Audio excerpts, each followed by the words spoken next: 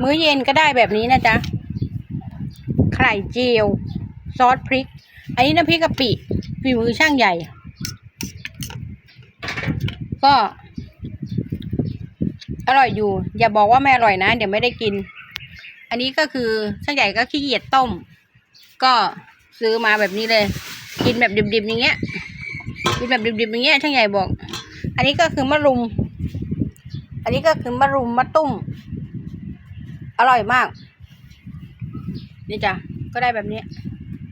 กับข้าวบ้านสวนเนาะกินข้าวกันจ้ะวันนี้วันอาทิตย์แม่ค้าเขาไม่มาขายกับข้าวเขาหยุดก็บอกช่างใหญ่อยากกินน้ำพริกกะปิช่างใหญ่ก็จัดให้ช่างใหญ่ว่าใส่พริกกี่เม็ดบอกว่า10 เม็ดเนี่ยค่ะพริก10 เม็ดช่างใหญ่ก็ได้น้ำพริกกะปิอันนี้ออกมาแบบนี้นะจ๊ะมากินข้าวกันจ้ะแซ่บบักคักจ้า